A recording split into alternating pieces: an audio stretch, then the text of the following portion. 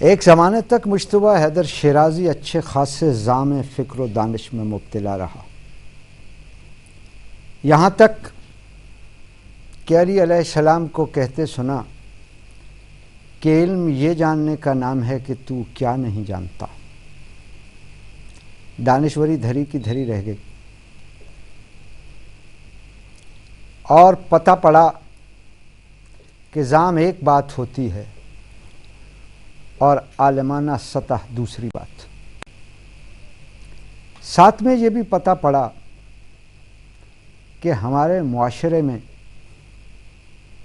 امن کی شکایت کی جاتی ہے، مہنگائی کا رونا رویا جاتا ہے، سیاسی تجزیہ نگاری سے کام لیا جاتا ہے، شعر کہا جاتا ہے، مصوری ہوتی ہے، فنون لطیفہ کے سارے عوارض اور مظاہر ہمارے سماج میں موجود ہیں، لیکن مکالمے کی روایت مرتی جاتی ہے۔ سچ کہنے کا حوصلہ قائم ہے، لیکن سچ سننے پر آمادگی رخصت ہو چکی ہے۔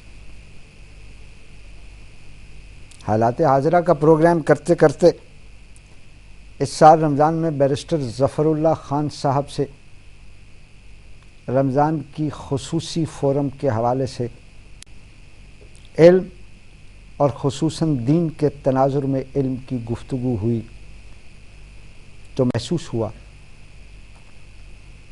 کہ مکالمے کو رواج دیا جانا چاہیے، بات کرنے کی رسم عام ہونی چاہیے، اور بات کرنے کی رسم کے ساتھ ساتھ بات سننے کا حوصلہ بھی تقسیم ہونا چاہیے۔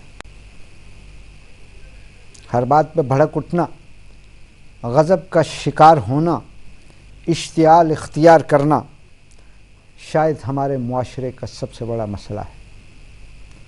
معاشرے ہی اپنے ارتقاء کے سفر میں ریاستیں بنتے ہیں، اور ریاستی معاملات چلانے کو سیاست کہا جاتا ہے۔ جب معاشرہ کمزور بنیادوں پر استوار ہوگا تو ریاست کا کیا عالم ہوگا؟ 2011 کا پاکستان اس کی بہترین دلیل اور ثبوت ہے۔ سو بیرسٹر ظفر اللہ خان صاحب سے درخواست گزاری کہ حضور حالات حاضرہ چلتے رہیں گے، حالات گزشتہ، حالات آئندہ،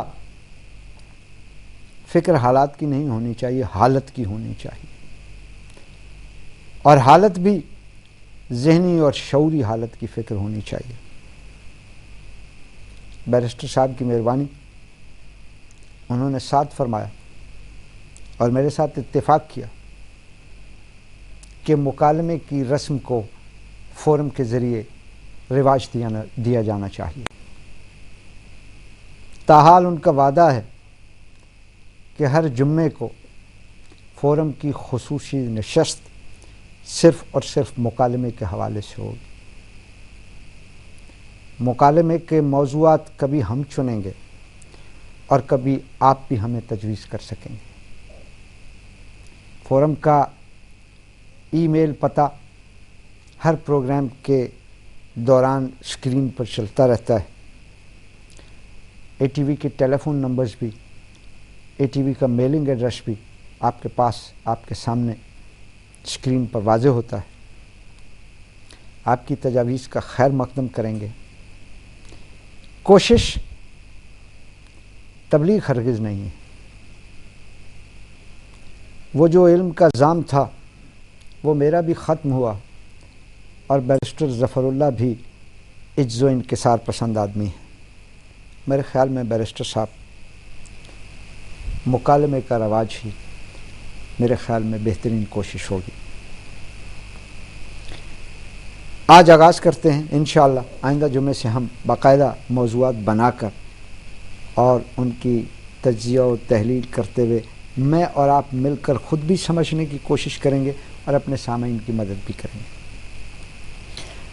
شروع کرتے ہیں۔ آپ مجھے یہ بتائیں، علی علیہ السلام نے فرما دیا علم یہ جاننے کا نام ہے کہ تو کیا نہیں جانتا۔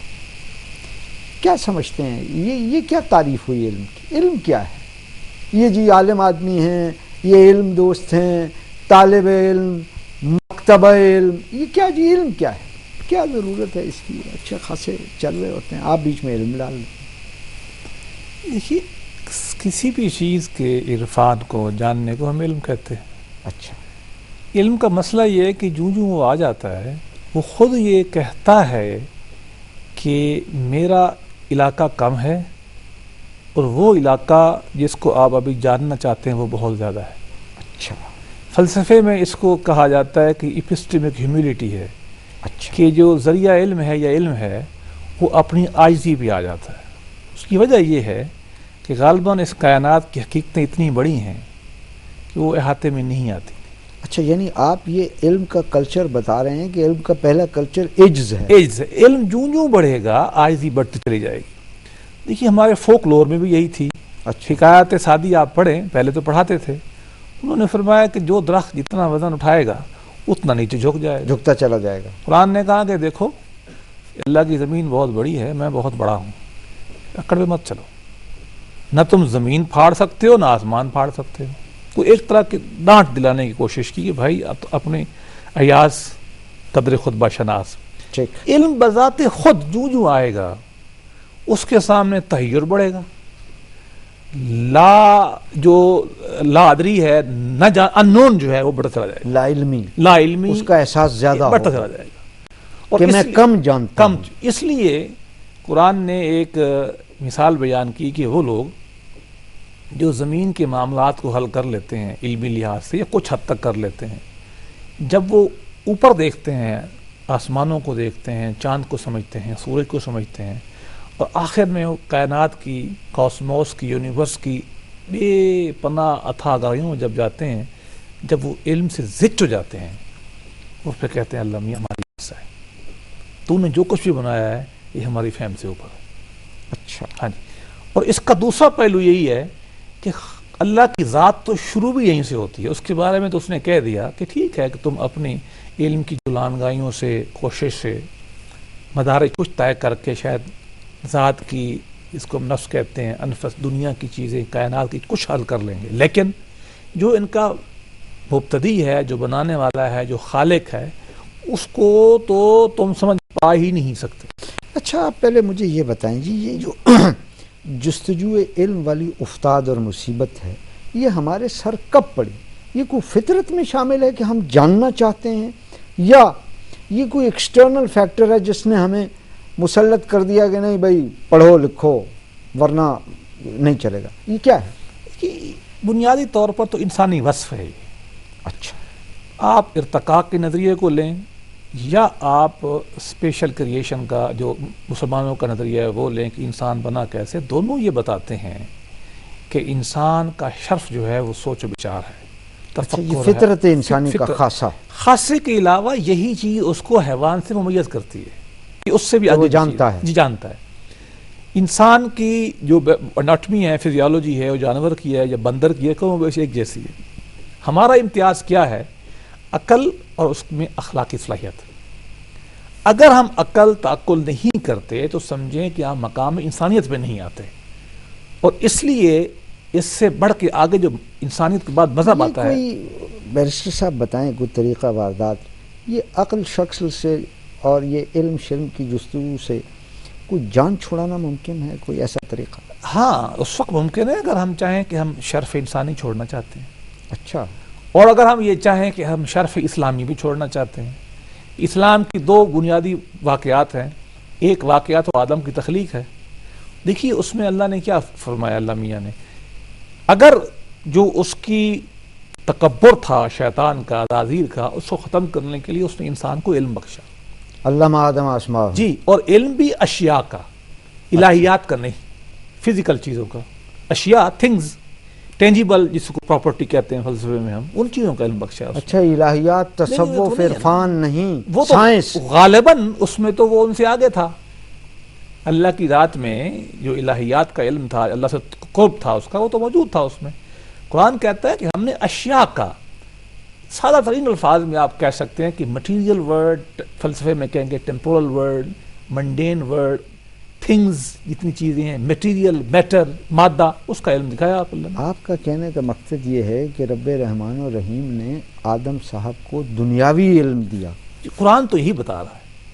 اور دوسرا دیکھیں شرف وہ کیا ہے ہمارے نبی کا، ابتدا وہی ہے نا، انتہا ہمارے نبی پہ ہو جاتی ہے۔ اگر مذہبی پیراڈائم ہم لیں تو جو پیراڈائم ہے، فلسفے کو چھوڑ دیں، ان کی ابتدا کیسی ہوتی ہے؟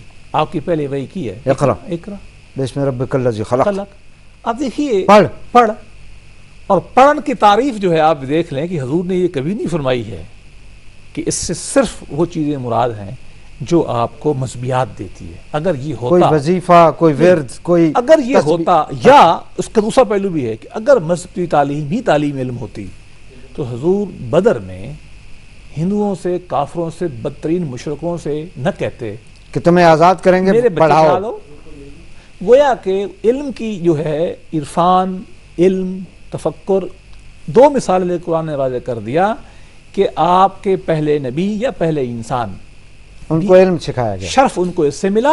علامہ آدم آسمان، آپ کے نبی کے علم کی ابتدا اس سے ہوئی، اقرا۔ اقرا۔ اور انسان کا جو شرف ہے وہ یہی ہے۔ اگر ہم یہ چاہتے ہیں کہ شرف انسانی چھوڑ دیں، اگر ہم یہ چاہتے ہیں کہ شرف مسلمانی چھوڑ دیں، تو پھر تو ہم چھوڑ سکتے ہیں۔ اچھا مجھے یہ بتائیں بیرسٹر صاحب،